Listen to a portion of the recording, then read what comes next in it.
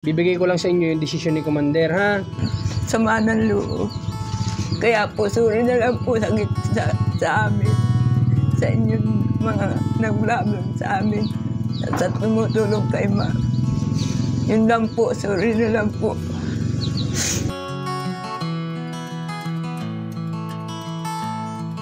Kumuha pa sa inyo na sana ito. At kung may darating, sila na lang ang papagawang ko. Yung gagastusin ko na lang ay para dun sa parating. Kasi syempre ginagamit nyo na yung bahay ay, di ba? Kaso nga lang, sa nakita niya nung nakaraan, hindi ka naman galit ay. Hindi ka naman galit. Hindi ako, may nangyari na sa amin kung galit ako. Halos mag-aalas 3 na ng hapon nang magsimula kami magbiyahe ni Rans sa lugar kung saan naroon nakatayo ang naging pabahay ni Commander na ngayon ay tinitirhan ni Tatay Doro at ni Nanay Isin. Magandang araw sa lahat ng mga viewers ko sa aking Facebook, sa aking YouTube.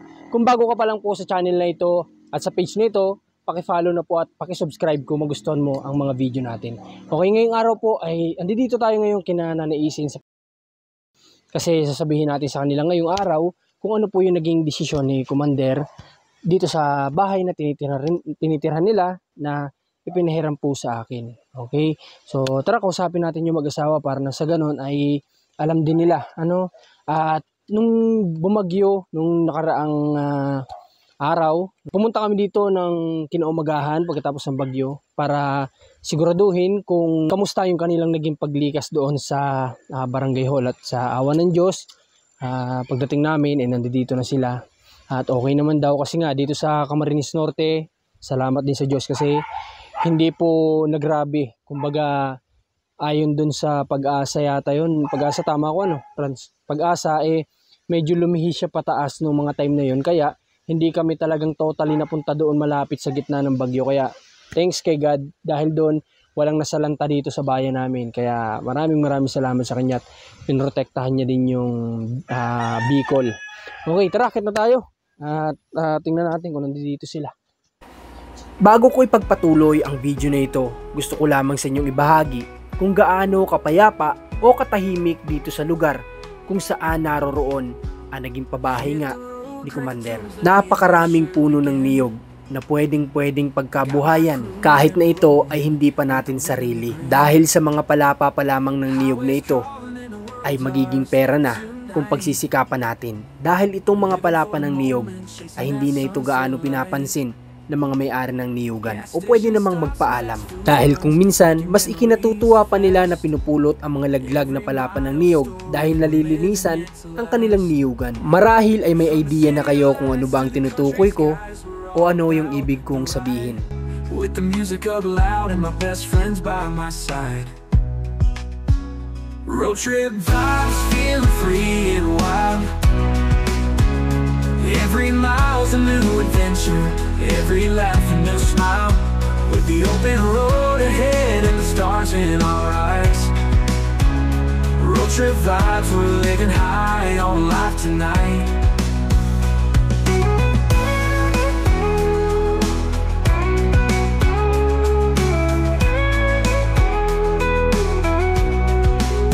Road trip vibes, feeling free and wild. Every mile's a new adventure, every laugh a new smile. With the open road ahead and the stars in our eyes, road trip vibes, we're living high on life tonight.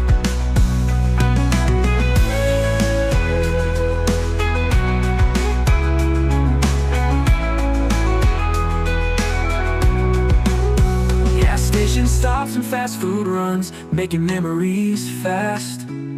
Every mile's a story and we're living it to last. From the city lights to the country skies, we're all about the ride. With the music up loud and my best friends by my side. Road trip vibes, feeling free and wild. Every mile's a new adventure, every laugh a new smile. With the open road ahead and the stars in our eyes. Umaga nun, siguro mga 5 AM yun, pumunta agad kami dito pero sobrang aga pala nilang bumalik kasi nga kalmado na din yung panahon.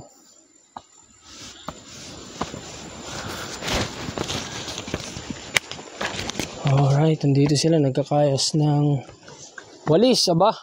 Nagkakayas kayo ng walis, ah. Grabe. Tama po yan, magtrabaho. Ano? Kung kaya pa naman. Gumagawa sila ng walisin. Ito yung dati matagal ko nang nire-request sa kanila na magawa ng walisin na dati naman nilang ginagawa doon. Kasi nakakalibang to. Alam ko nakakalibang tong ganito. Nagawa kaming walis. Wala. Nagagawa kayo. Magkano benta niya, nanay? Ay, dati rin. Magkano? Magkano na ang benta ngayon ng ganyan? Ay, sabi ng iba, 30 daw. Ay, sabi ko yung dati ako nagpapabili, 25 lang. 25 lang. Ang gawin mong 30 kasi lahat naman nagmamahal na ngayon. Sa tingin mo Marami yung gawa pag-akot ko ng aking kuwan. Galisit. okay lang. Kung iti 30 mo ba, may bibili. Baka meron man. Meron, ano? 30 daw talaga ang bintahan ito ngayon. Saan ang galing ito mga ano? Yan o yung mga pinawit sa diba? sakayang binagyo. Ang dami kasi mga babae. Ang dami pa nga, nanay. Nakita namin ni Ras kanina sa baba. Yan nga. Yan o. Yan. Sobrang Inipon ko dami. yan. Ito yung sasabi ko po. Ayun, may mga sariwa sa baba. Ang dami. Ito yung sasabi ko kasi once na maglagas ang may-ari nitong ano na ito, lupa na ito, itong kalakihan ng lupa na to, yung pinagbilhan namin nito ay talagang marami ka talagang magiging pera kapag pinulot mo yung mga palapa ng niyog at gawin mong walis.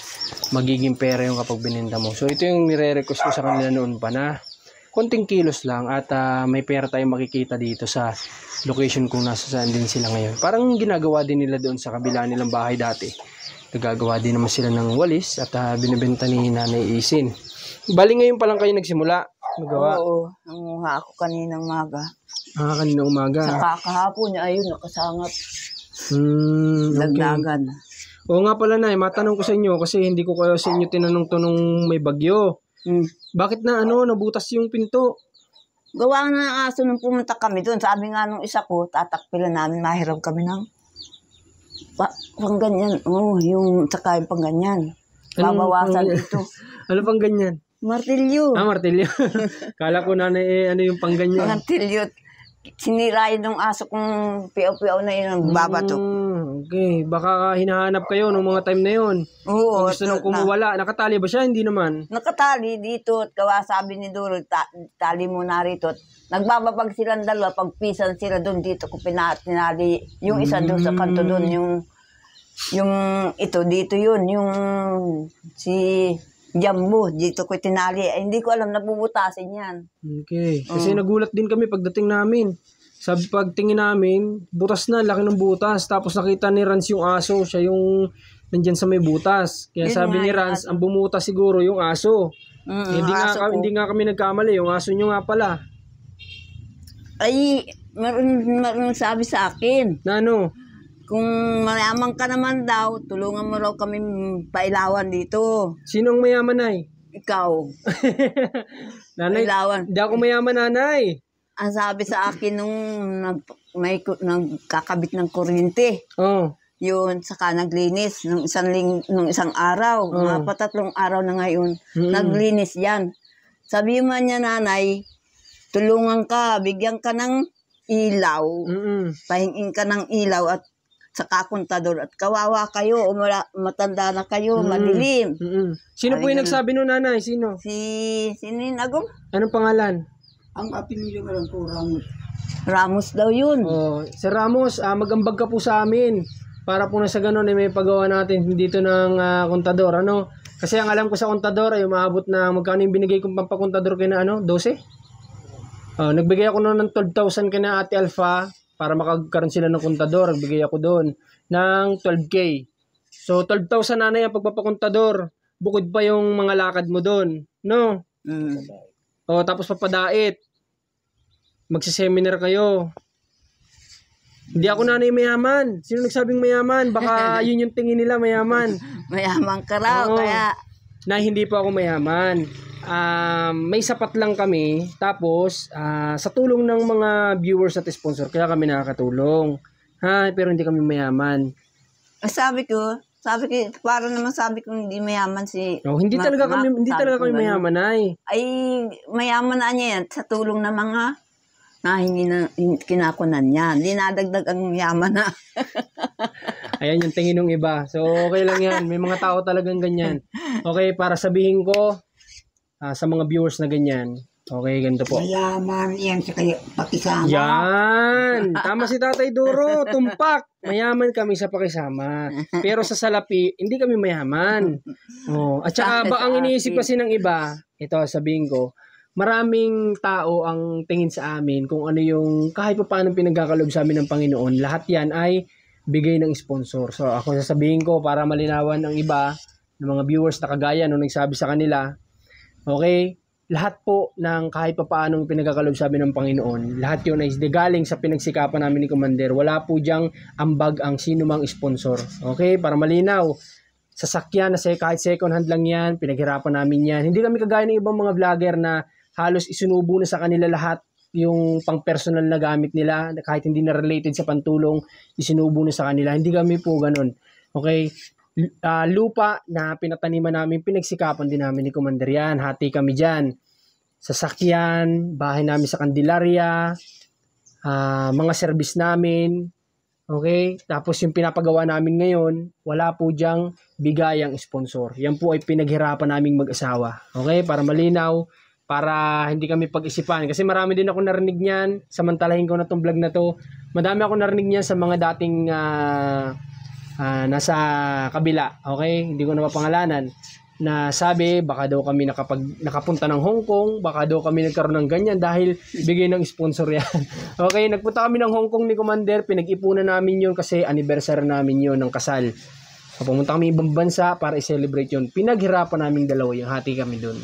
Okay, at oo nga pala, okay, meron nga pala, maalala ko, binigyan kami ng pang-pocket money doon ng ninang namin sa kasal. Regalo, kumbaga. Pero, hindi the rest ay talagang kumbaga nag-ipon kami ni Commander para sa ticket, tapos yun nadagdagan ng ninang namin yung pang budget namin doon, yun lang naman. Okay, so nanay, ganito, napunta ako dito kasi bibigay ko lang sa inyo yung desisyon ni Commander, ha, dito sa bahay. Okay, okay, nag-decide kasi si Commander na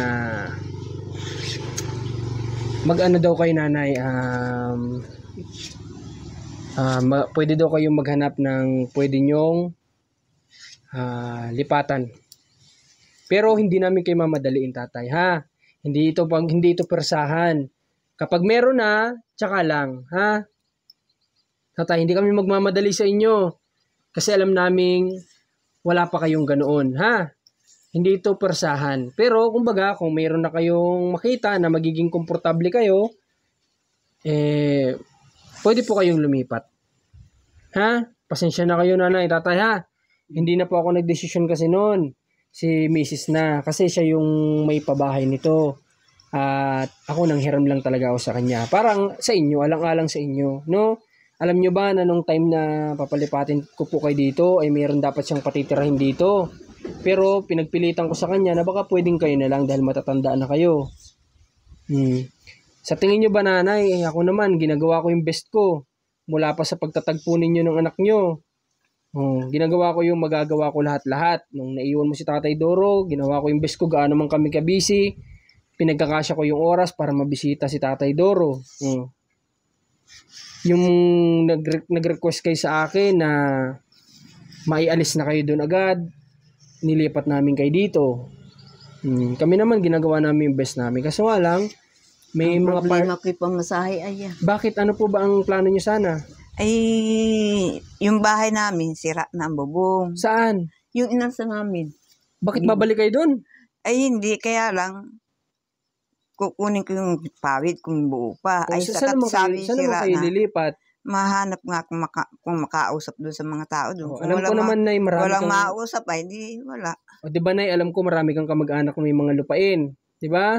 Ang iba madamot din ang bibigay. Yun ang Subukan mo na problema na ko. pakiusapan, ha? Sabihin mo lang na matatanda na kayo, ano ba naman yung may masilungan lang kayo. Alam niyo, Kaya nanay, pipilitin ko yung iba at yung iba nasabihan ko na hindi raw pwede. Ayaw daw ng mga anak niya. Ayaw, bakit naman ayaw? Ikaw mag-anak mo Si na Ate kayo. Sina, nasabihan ko na si Ate Sini. Bakit? Pero Saka si... kamag-anak mo silang malapit. Oo, si Talagang Ate as in kamag-anak mo. O mga parali yun. Bakit inaayawan? Ano, nanay? Bigyan mo akong reason. Ayaw daw ng may titira sa lupa nila. Bakit daw? Kayo naman ay baka raw matatanda ay na. kung anong mangyari ay Ang iba nga dyan ay ayaw ng may mga anak binata na dalaga binata kayo. saka ayaw Sila ng- yung may ayaw. O yung may ari ng iwan. Ay, grabe. ang mga ayaw Dahil- sila dahil Sobra sa mura daw yan. Hmm. Dalaga. katulad namin hindi raw kami pwedeng tumira doon dahil ayaw ng mga anak nila. Ay, grabe. Dalawa na ang nasabihan ko doon. Alam niyo po na kami, kung nandito lang yung lupain namin sa Isabela, kahit kalahati nun, punuin na lang namin ng beneficiary. Basta may tumulong lang sa amin sa pagpapagawa ng bahay. Kahit lahat doon, isama-sama na lang. Kaso wala talaga kami ditong masyadong lupa sa Camarines Norte. No? Halos ito lang, tapos yung pinapagawa lang namin doon ng bahay ni Commander. Kaya wala man akong may offer sa inyo. Alam niyo nanay, sasabihin ko na sa camera natin, sasabihin ko ni sa inyo. Alam niyo po na nag-usap kami noon ni Commander. Sabi niya sa akin, Marcos, ayokong tao, basta Marcos na lang. Marcos, gusto mo, kung talagang okay sila nanaisin para sa iyo dun sa bahay, sila na lang doon. Tapos pag nagkaroon ako ng beneficiary, sila na lang ipagpagawa mo dun sa katabi. Di ba kasi Dan, sabi ko sa inyo noon, kapag may lilipat na si Commander dito, pagagawan ko kayo dyan sa katabi. Di ba? Yun yung pangako ko sa inyo. O kaso nga lang, ang sabi pa nga ni Commander, sa inyo na sana ito. Mga sa inyo na sana ito. At kung may darating, sila na lang ang papagawan ko. Yung gagastusin ko na lang ay para dun sa parating. Kasi syempre ginagamit nyo na yung bahay ay, di ba? Kaya sabi ko, okay, sige, walang problema. Maganda yun. Kaso nga lang, sa nakita niya nung nakaraan, nagbago din yung isip niya. Kasi nga, kumbaga, Pag wala rin akong nakuha doon sa Mactan, pag ako'y makapunta ron, kung minsan ay nalibre din ako ng pasahe doon sa mga pamangking ko pag nauwi at na-eskwela, nakakasakay ako. Pero pag wala ay hindi ako makasakay. Ayun. Okay. Alam nyo ba nanay, ito remind ko lang sa inyo para mas maunawaan nyo kami ba't naging ganun yung desisyon ha. Alam nyo po ba, sa dati kong pinanggalingan, kahit matagal ka na nakatira dyan sa pabahay na yan, pag nakita nilang hindi mo pinapahalagan yan, paalisin ka talaga nila. Si PB, si Pugong Biyahero, madami din ako napanood ng mga vlog niyan. Mayroon ding nabutas yung pintuan lang. Galit na galit si Pugong Biyahero. Bakit? Kasi nagagalit siya kasi hindi pinapahalagahan yung bahay. Kasi hindi pinupulot ng mga OFW yung pinampapagawa nito. Talagang malaking pera din ang ginagamit para lang makapagpatayo ng bahay sa kababayan nating Aayusin ko kailangan ngayon. tulungan. Hiram ako ng martilyo. Hayaan nyo na huwag nyo nang pakialaman, mapapagod lang kayo. Hayaan nyo, kukuha na lang akong karpintero, ha? Papalitan ko, may plywood pa naman tayo dito, papalitan ko ito, ha? Papalitan natin, okay? So ito, ipaparenovate natin kapag may nahanap na sila na naisin. Pero ito, unahin ko na itong pintuan kasi habang nandito sila, hindi naman maganda na may butas, hindi sila safe dyan. Tapos, basta pagawa ko ito, paparenovate ko po ito para nang sa ganun kapag, sabi ko nga sa last vlog ko, pag may lilipat, mas komportable sila. Kami ba na naunawaan nyo? Ha? Pero pag wala akong nakuha, doon din sa dating inalsa namin, walang magagawa. Pag wala akong nakuha doon sa mga kalapit namin yung iba. Ang iba doon ay magpapatirik ay katulad na lang ni Kuya Pilis na Wigo, parali ang ina, ayaw magpatirik. Dadalwa na lang doon ang uusapin ko ay. Si Kuan ay si Enjoy. Yun na lang. Sige, ganito na lang na. Bibigyan kita ng isa pang option, ha? Kasi kayo naman matatanda na. Kumbaga napamahal na rin kayo sa amin. Kasi kami naman kasi kapag may nakikilala kami na pumapayag na pumasok kami sa kwento ng buhay nila, talagang tinuturing din namin parang pamilya din, no? Kaso nga lang, syempre, ayaw naman namin i-tolerate yung mga, pag may mali, hindi namin talaga ito-tolerate. Kumbaga, yung tolerate ay nanay, kumbaga, hindi namin nahayaan na ginagawa lang ng tao yung mali na nagawi. Okay, ganito na lang. Kung may makausap ka, tutulong ako sa pagpapagawa nyo ng bahay, ha? Kung talagang wala at ayaw ng mga kamag-anak nyo at gusto nyo bumalik sa dati yung pwesto, paggawa natin yung bahay nyo doon. Tapos, kung okay lang sa inyo, kung okay lang din kay Tatay Doro, paghaharapin ko kay nila Mami at Daddy para mawala yung anumang hindi magandang pagsasama ninyo. Ha? Kung okay lang kay Tatay Doro, ikaw ba tatay? Okay lang ba sa'yo? Parang nasakit sa katawan yung hindi sila makagawang mali. Malay naman natin tatay, lahat naman ng tao nagbabago. Malay lang natin tayo ha. Basta tatay ganito, basta pumayag ka lang at sila tatay, sila Mami at Daddy, magharap-harap tayo at kausapin ko sila na kung ano man yung nagagawa din nila sa inyo, sana matigil na yon. Tapos para matigil din yung galit ninyo sa kanila, para magsama kayo doon ng matiwasay. Hindi mo galit sa kanila. Ganito na lang, isa pa. Para hindi ka naman galit tay. Hindi ka naman galit. Okay, ayos yun tay. Hindi ako, may nangyari na sa amin kung galit ako. Okay yun tay. Kumbaga hindi ka nagtanim ng sama ng loob. Ano man at ano pero ang mga nangyari. Pero ang bala ko talaga, huwag yung lumapit sa akin. Talagang babangasan ko yun eh. Ay, ganun. Masalamat siya at palaging distansya. Distansya.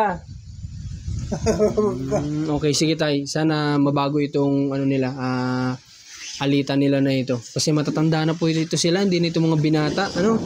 Hindi na gawain ng matatanda yung ganyan na nag-aaway pa, nagbabangasan pa o anuman. Ang dapat na lang magkasundo kasi dadalawang bahay na nga lang sila doon. Ang tao, kahit matanda na, ang nag-utos para magalit ka ito. Yung puso. Pero may utak tayo na pwedeng kumontrol para isipin kung tama ba. Kung papatay, pwedeng... Di ba? Huwag tayo magpadala sa udyok ng puso natin. Kasi ito, kapag ito yung sinunod natin lang, talagang makakagawa tayo ng mali. Pero kung samahan natin ng utak, at isipin muna natin ng mabuti kung kapag tinuloy ko ba ito, may maganda ba magiging bunga, makukontrol natin yung tay. Tay? O sige, basta. Para walang selosan sa inyo, kahit behind the camera o anuman, bibigyan ko din ng tulong sila Mami at Daddy. Ha?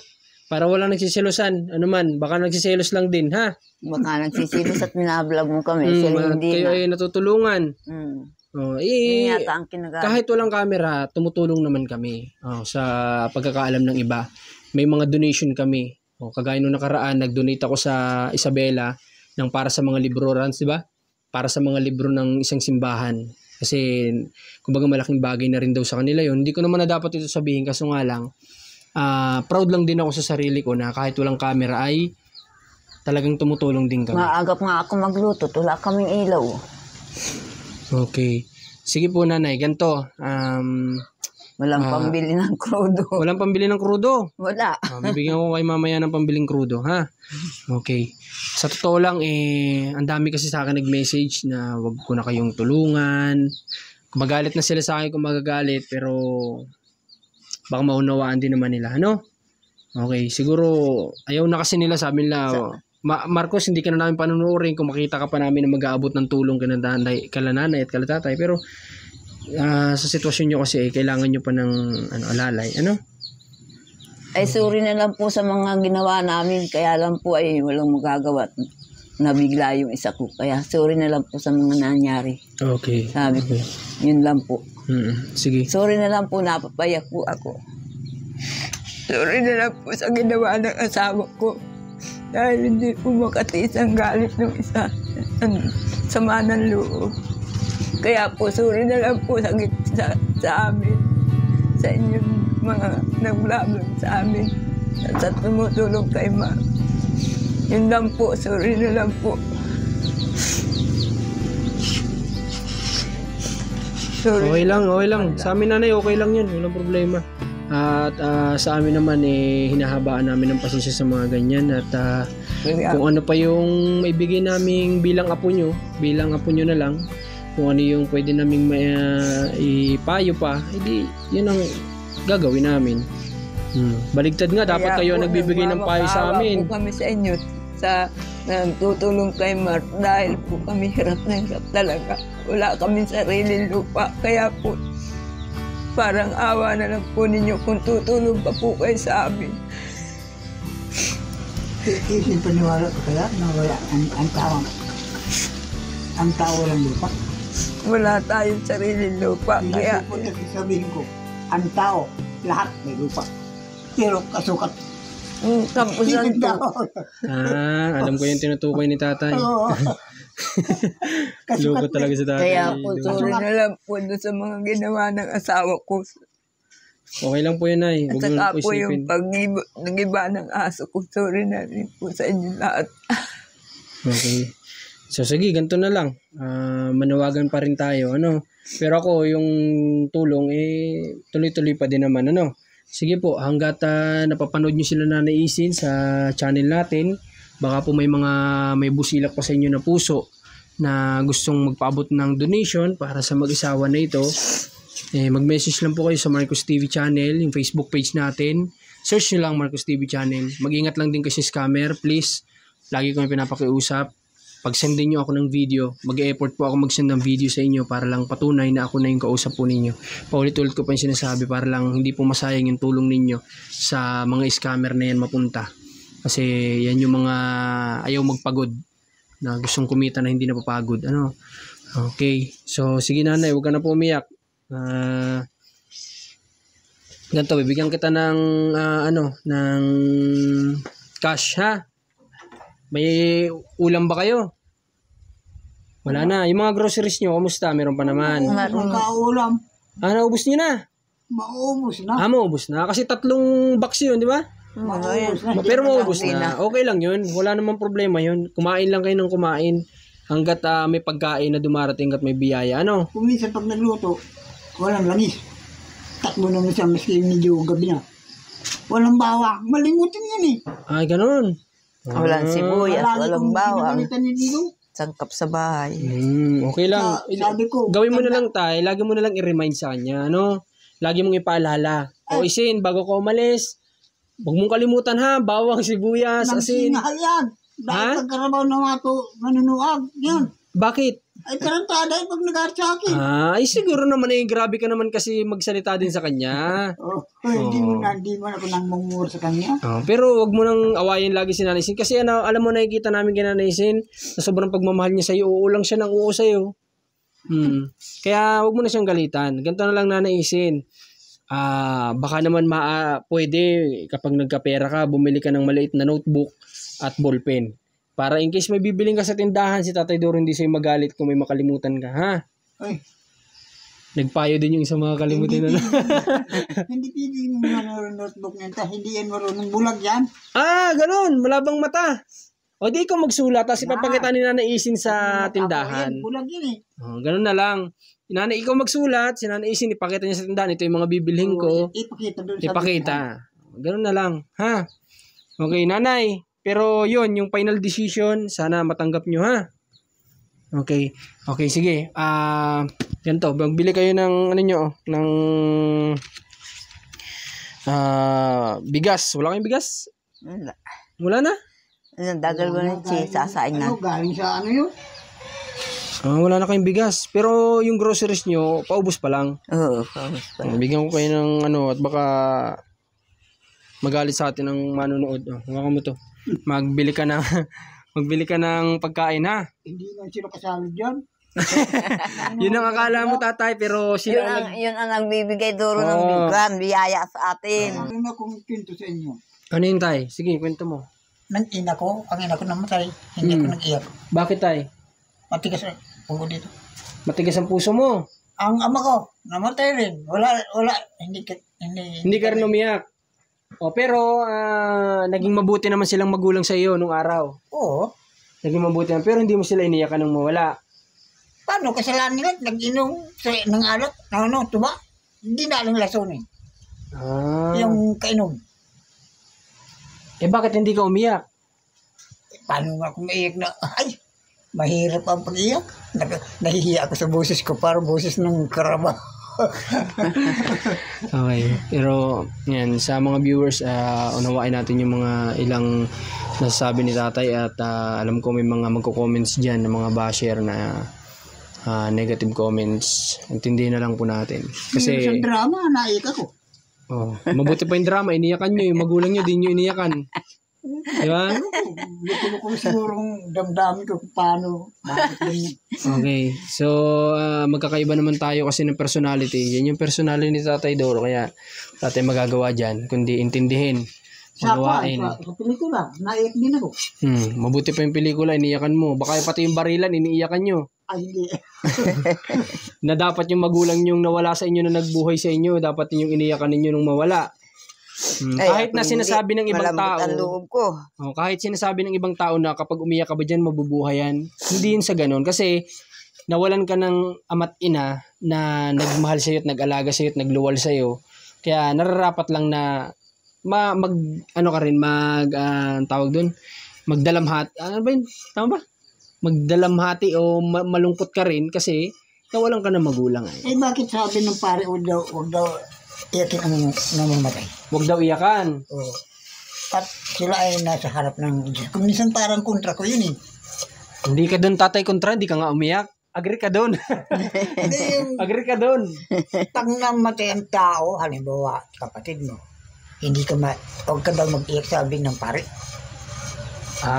Kasi ang ibig sabihin ng pare, huwag mong iyakan kasi sila ay nasa piling na ng Diyos. Ganun ba? Yun ang kontra ko. Okay. Pero depende yan sa feelings ng tao. Kasi kung may mga memories kayo ng mga magulang mo na masasaya, pag naalala mo yun, matik, syempre mamimiss mo yung mga bagay ni, maluluha ka. Loko ang isip ko, Marcos, ganito.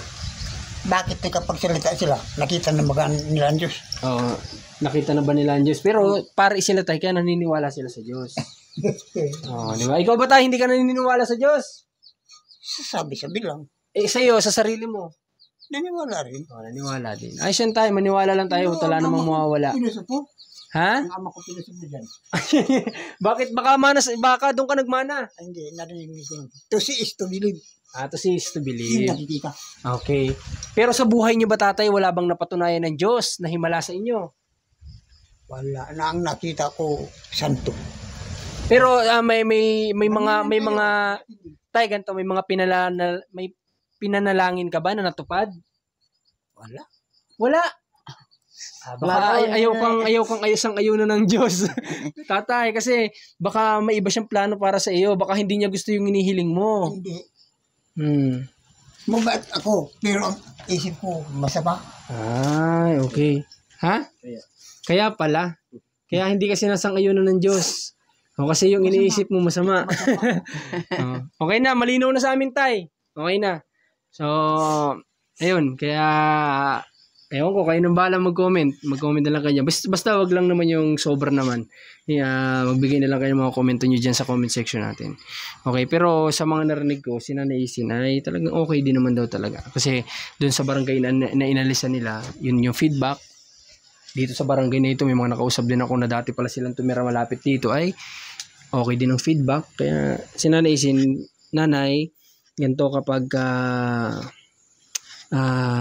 wag natin masyadong gawing literal yung magpasakop sa lalaki, ha? Kapag may mali, pwede natin kontrahin, ha? Ha, nanay, hindi masama, ha? Naitama yung mali, ha? Okay, baligtad. Ba't kami nagsasabi nito? Kayo yung mas matanda sa amin. Kayo yung mas may experience sa amin. Di ba? Kaya ito yung patunay na wala sa edad, mga kabayan ko. Okay, sige po nanay.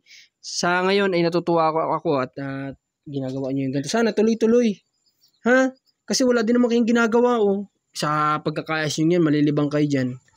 Titingnan natin kung ano magagawa natin kasi kung ito ipaparenovate din naman namin, tiyak, papalagyan na din to ng kuryente. Kasi dapat may kuryente ito mga kabayan. Hindi lang talaga naasikaso nung mga nagtira dito dati. Kasi nga, hindi ko alam kung anong problema, kung sa poste ba, o ano, pero alam ko kay Commander, inaayos dapat ito noon para magkakuryente nga. Kaso hindi naasikaso nung mga una din nagtira dito. Kaya walang kuryente. Ha? Ang lababo dyan parang kinuha. Ngayon lababo, yung parang hose. Tubo. Yung tubo ang wala. Baka nasira na. Wala ng tubo. Kasi kompleto naman yan, may lababo yan nung ginawa. Ano yung isip niya? Kasunod ng binili ko? Nasa kalawat? Ay, timba. Ay, ano ito? Yung kuha na ng sukal. Ay, daspan. Oo, malaking dito. Alam ko meron ito. Basta ganito mga forma.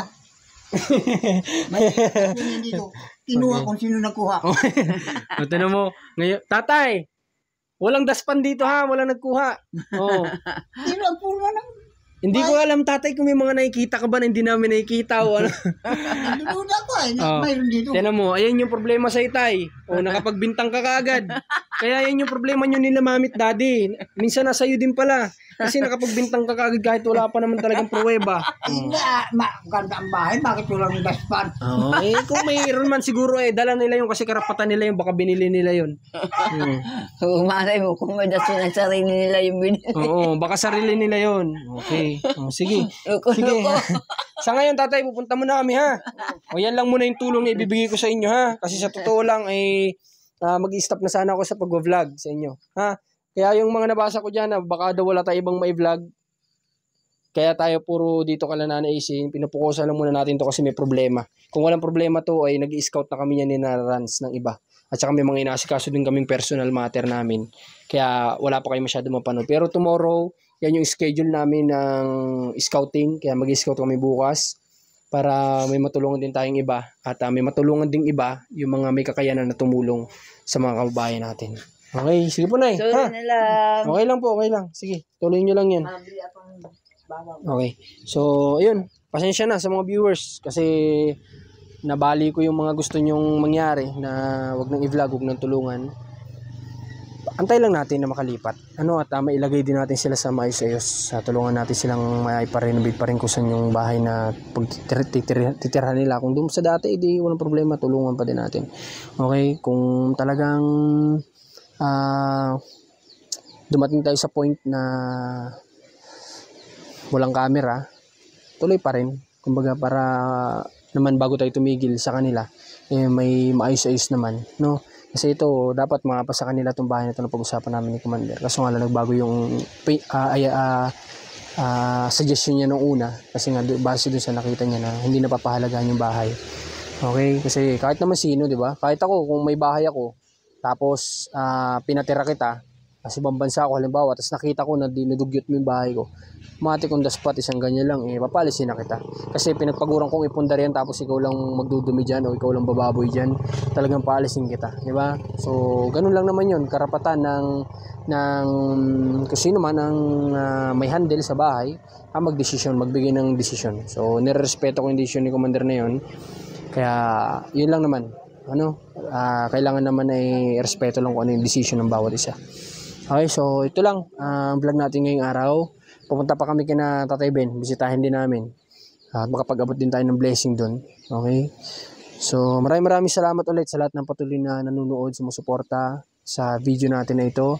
Pasensya na kayo, yan lang din muna yung bibigay ko sa kanila kasi alam nyo naman nung nakaraan, diba, na naipapahiram nila dun sa iba. May ginisakto lang para hindi nila na ipapahiram sa ibang kamag-anakan nila kasi kailangan din nila yon. Pag binigyan natin ng malaki, baka magpuntahan na naman dito, tiraman na naman sila, hindi makakatanggi si Nanay AC. Okay, salamat po Marcos TV Channel, Rans TV, Commander Marcos, supportan yung team namin. Abangan nyo yung mga bago natin magiging beneficiary, bago nyong abangan ng mga istorya ng buhay kapag nag-scout na kami bukas. At sana daling kami ni God sa taong talagang deserving at nangangailangan. God bless po sa lahat. Ingat po kayo. Pag-ingatan kayo ng Panginoon.